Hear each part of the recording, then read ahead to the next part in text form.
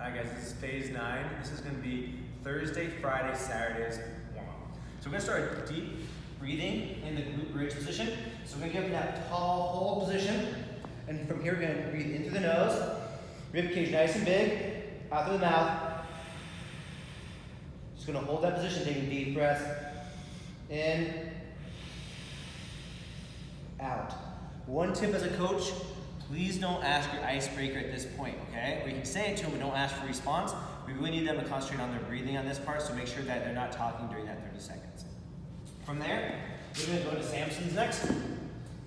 So on a Samson, that's a half-daily hip pulse using the upper body. So first thing is take that back toe in, squeeze that glute, interlock the hands.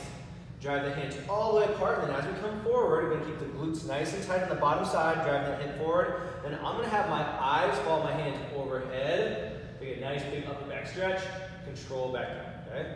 Up overhead, control back down. I do want to think about keeping this glute squeezed. A lot of people will turn their hands this way, but you want to push them apart so you get that upper trap area engaged as you go on. You can do the same thing with the opposite foot. Both of those will be 30 seconds. From there we have yoga plex.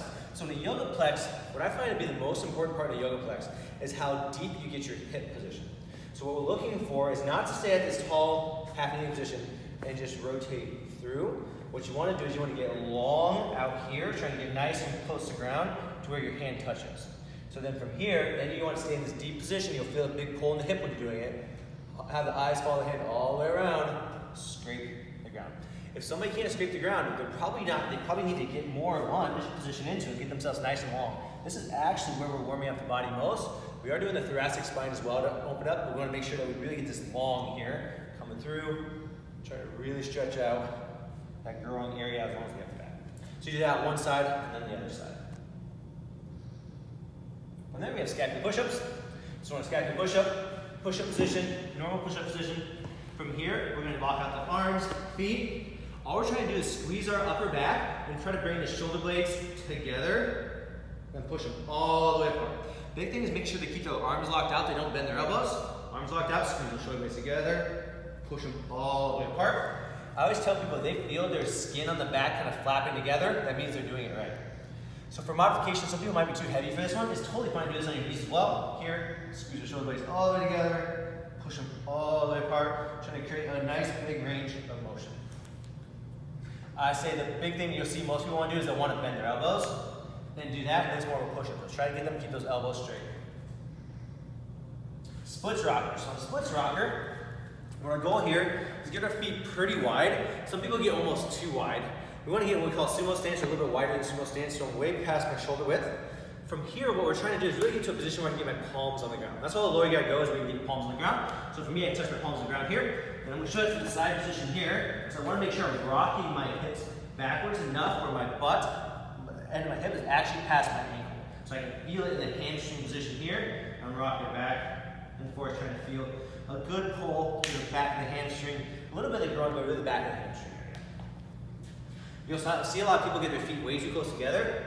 Try to get it wide enough that they get the palms to touch.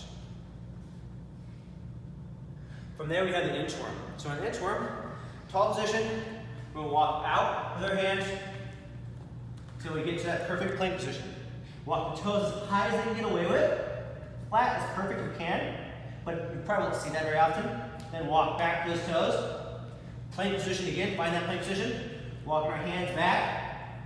Don't have them stand up, have them stop in this position. There's not enough time for them to stand up, so we're gonna have them go right back into it, out of that plank position, back and forth. The thing you see the most is one, people's hamstrings aren't long enough, so they are too tight, so they can't get that big range of motion. That's totally fine. I think people feel it in their wrists a lot, so if they do have to stand up for a second to shake out the wrists, that's okay too. From there we have frog jumps. So frog jump is just a deep squat, right? So all we're trying to think about is a deep squat where we're driving our hips back just a little bit more than like, say that's more of a deadlift position than a tall vertical chest. We have just a little bit of a deadlift, touch. And go, modifications, bodyweight squat, try and drive those hips down. And up. Somebody really struggling with knee issues or something of that nature, they can always do something where they use a TRX. If somebody close to a TRX, if they really struggle with that, they had bad knees. Really our best modification, if they had bad knees, try to get them close to a TRX for that one. And butt kicks. So butt kicks, just trying to kick the butt. Try to keep that knee right over top of the toe, right? In this position here. We're just kicking through there. Nothing really we're doing with the upper body. People that can't do that one, all you gotta do is just pull that hand, swing through. All right guys, that's phase 9's Thursday, Friday, Saturday morning.